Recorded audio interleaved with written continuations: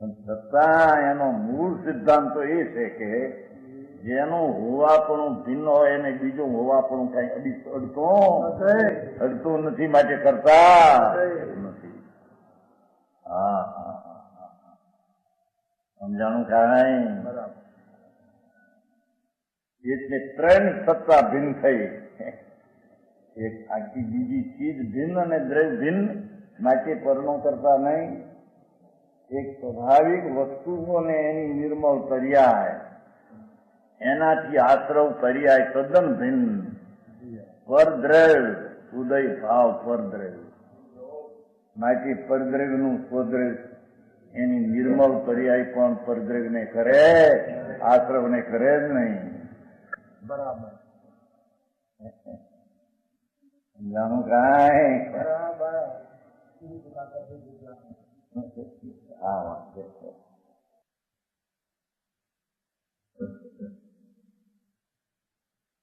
વ્યવહારને જાણ્યા હોવા પ્રયોજનવાન છે જે કીધું છે એટલે કે એને જ્ઞાનની પર્યાય અલ્પ છે એને એ જાણે છે. એમાં દોષ સંબંધીનું જ્ઞાન દોષને લઈને નહીં,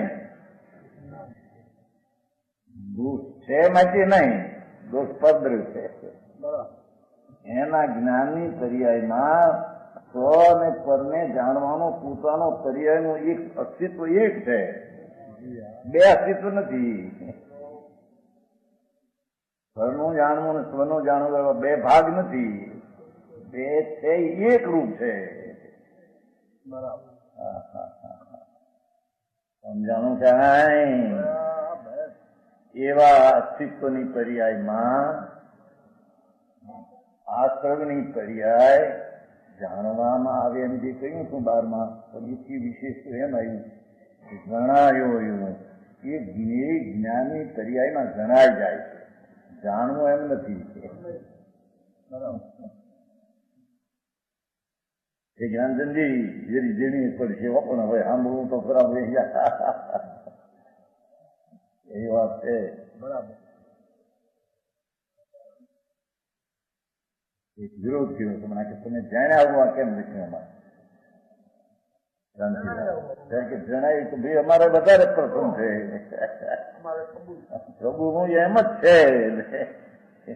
એટલે ભાઈ ઓલા ચૈતન પંડિતે જાણ્યા હોવા પ્રયોજનમાં 12મી શાખામાં કહ્યું એટલે એમ થાય એ તો જાણ્યા હોવા કોણ જણાયો પ્રકોપો જણાઈ જાય છે, જણાઈ જાય છે સ્વસ્વરૂપની દ્રષ્ટિ છે ત્યાં તેની પર્યાયમાં આ છે. જાણવું ઈચ્છા પડતું નથી, જાણવું પડે ક્યાં? એને જાણે દીધા જેમ કેવળ જ્ઞાનમાં લોકાલોકને જાણે છે, જાણવું પડે છે. એ જ્ઞાનની પર્યાય જ પોતાની એવી છે કે પર સંબંધીનું પોતાનું જ્ઞાન, સ્વ સંબંધીનું પોતાનું, એને એક રૂપને પોતે જાણે છે. બરાબર. સમજાણું કાંઈ? હરિકામભાઈ દરિયાઈને જાણવું એ પણ હજી વ્યવહાર.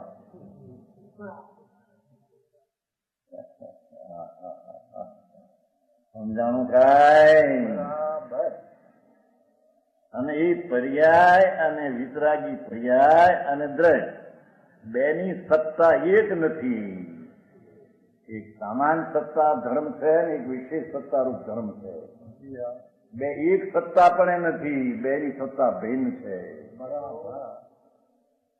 માટે ભિન્ન સત્તા માટે દ્રવ્ય પર્યાયની કરતા નથી. મોક્ષ માર્ગની પર્યાયની પણ દ્રવ્ય કરતા, મોક્ષની પર્યાયનું દ્રવ્ય કરતા નથી. હરી કમાઈ સમજાણું કાંઈ? એ નંદનભાઈ આ બધું મન સમજવા જેવું છે.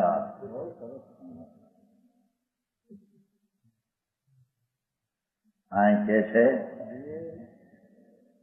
મુનિ અંદર આત્માનો દર્શન, આત્માનો સ્વાશ્રય, પરાશ્રય જેટલો ભાવ છે નહીં તો પરદ્રવ્ય ગણીને અહીં પેલો જૈન માર્ગમાં ગણ્યો. નિશ્ચય માર્ગમાં, પરમ સચ માર્ગમાં વ્યવહારને ગણવામાં આવ્યો જ નથી. સમજાણું કાંઈ? તેથી આતા શું કે છે? જીણમગ્ય ઈર્ષા પરિમા જીન માર્ગમાં આવી પ્રતિમા કીધી છે.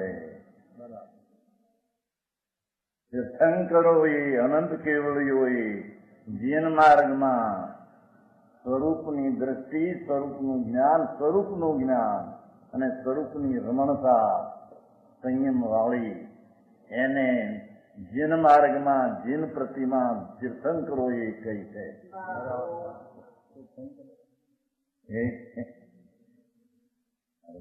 બીજો માર્ગ ક્યાં જીન માર્ગમાં નહીં હોય? બીજો માર્ગ એ જીન માર્ગ નીચે નહીં.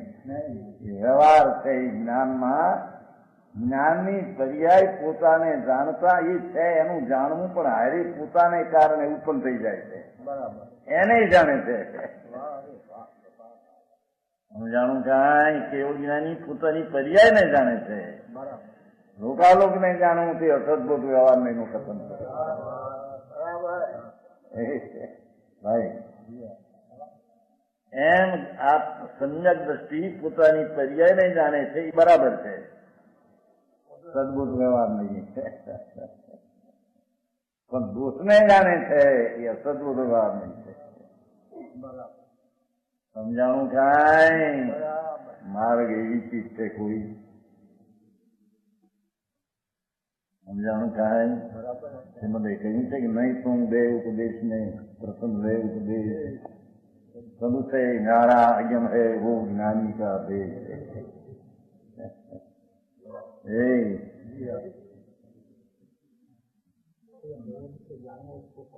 આમાંથી વાત કીધી ને એના હાથો થવાય હતા બોધ પાઉં છે ને આવી પ્રતિમાને જાણ એમ સાંઈ પાસ બોધ નો થયું છે.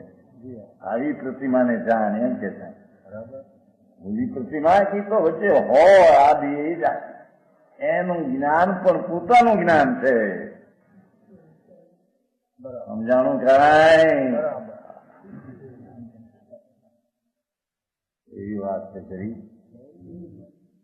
કે છે દર્શન જ્ઞાન શુદ્ધ નિર્મળ ચારિત્ર जिनके तीनी की स्वपरा स्वपरा સ્વનામ અપની અને પરનામ શીશની બેયની વિતરાગ ભાવરૂપ ભાગપડીમાં છે તેને જીન પ્રતિમા જીન માર્ગમાં કહી છે. બરાબર.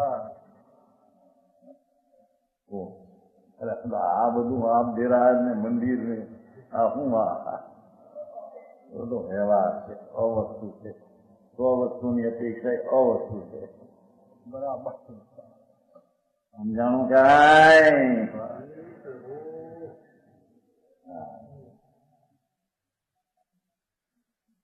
જેમ સ્વદ્રવ્યની અપેક્ષા એ ભગવાન પરમાત્મા પોતે અવસ્તુ છે, એમ દ્રવ્યના સ્વભાવની અપેક્ષા એ આશ્રમ અવસ્તુ છે. એમ દ્રવ્યની અપેક્ષા એ પર્યાય અવસ્તુ છે.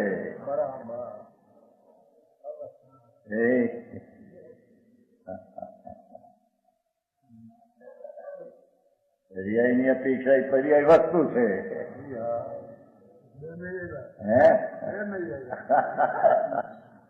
એવું છે ભાઈ. સમજાણું કાંઈ?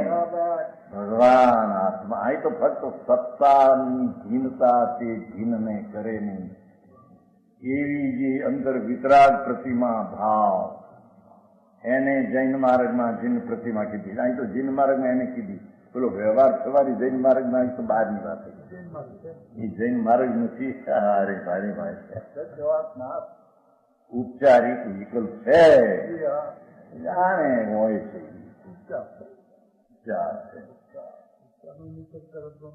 આવ્યું છે આપણે આમાં આવ્યું છે સ્પષ્ટીકરણ પર્યાય નો કરતા ઉપચાર છે. આવ્યું છે ખબર છે શરૂઆતમાં ઉપચાર પર્યાય નો કરતા જે ઉપચાર છે એનો અર્થ લખ્યું છે ને તો પરનો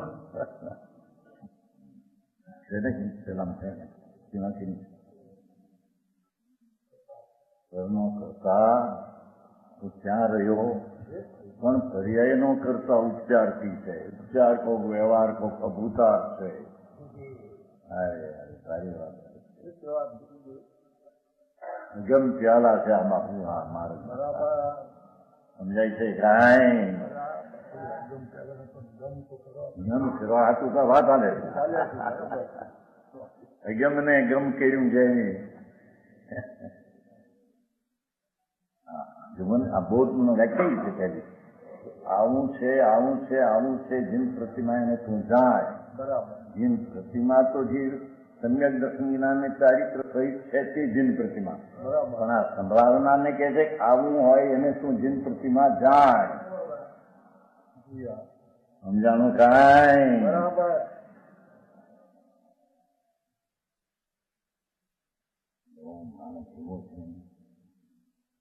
અગમ ધ્યાલા પિયો મત વાલા ની અધ્યાત્મ વાર્તા આનંદ બનતી તનવે છેલ્લે દેખે લોક સમાતા માતા બરાબર એ છે એને એને નક્કી કરવું પડશે બરાબર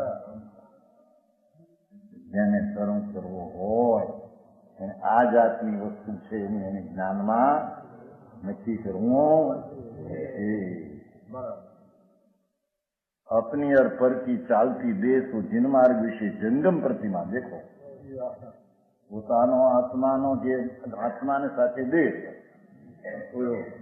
શીશનો આત્માને દેહ ચાલતો એ જંગમ પ્રતિમા છે બરાબર जिन मार्गમાં એને प्रतिमा કીધી છે અથવા स्वपरा कहीं आत्मा से पर कहीं भिन्न है ऐसी देह तो देह देखो देह ने कहीं निग्रह दशा છે ને દેહમાં બરાબર એક વસ્ત્રનો પ્રાણો ને સાધુ ને લગ્ન મન સર્જન જેવી માતા એ જન્મા એવો દેહ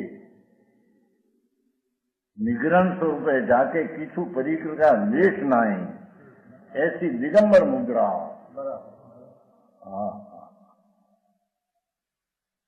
એને પણ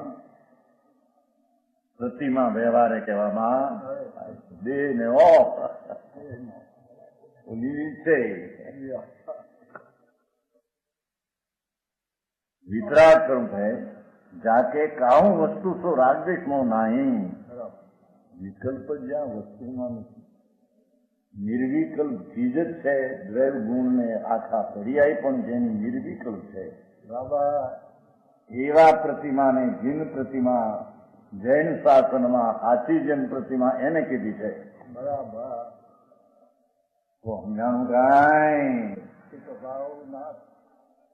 પછી ઓલો વ્યવહાર એમ જણાવશે પણ તું ન્યા એટલો માની બેઠ આને લઈને ધર્મ થાય ને આને લઈને મોક્ષ થાય ભગવાનની પ્રતિમા પૂજવાથી દેવાથી સંબંધિતરા થાય એમાં એકે અંશમાં માલ ભલાજી વાંધા ઉઠ્યા ઓલા ધર્મ મનાયો તો ઓલા ઉડાડી દીધી હે જય કુટુંબ બાકીમાં કઈ નથી સંપ્રદાયમાં હતા ચારામાં પણ તું પ્રત્યેક ઘણી કરીને અમારા પર કોઈ શંકા ન કરતો ઘણો તો ઘણો અમારો કહેતા જ છે મેં બાસીમાં સંપ્રદાયમાં કહ્યું તો 9 વર્ષ પહેલા જો કીધું 100 રૂપિયા બે મિત્ર હતા એ કે 100 રૂપિયા બીજાને આપેલા 100 રૂપિયા સમજે ને એક મિત્રે પોતાના મિત્રને 100 રૂપિયા આપેલા બે મિત્રો પછી મરી ગયા બે કે જેના બાપે આપેલા એને જોવે મારા બાપે આના બાપને 100 રૂપિયા હતા બે નિંદા ચડાવ્યા નિંદા સમજે ને બે ફન ચડાવી 10,000 એને કહ્યું ભાઈ 10,000 તારા બાપને મારા બાપે આપ્યા છે લાવો તમે પૈસા વાળા મનાશો જોયું 100 રૂપિયા તો લાગે છે તમે જો કબૂલ કરીશ તો 10,000 નાખશે હોય નથી ઓલે બે મીંડા ચડાવ્યા એને કાઢી નાખ્યા ડેરા વાંચે કીધું છે સાંભળે ભગવાનને માથે મુદ્રા આન ચડાવીને મીંડા માંગ્યા બે કારણ કે જોઈ મુક્તિ તો છે મારી શાસ્ત્રમાં પણ જો કબૂલ કરશો તો પાછું આ બધું માગે છે 10,000 મૂર્તિ નથી એકે કાઢી નાખીને એકે ચડાવી દીધા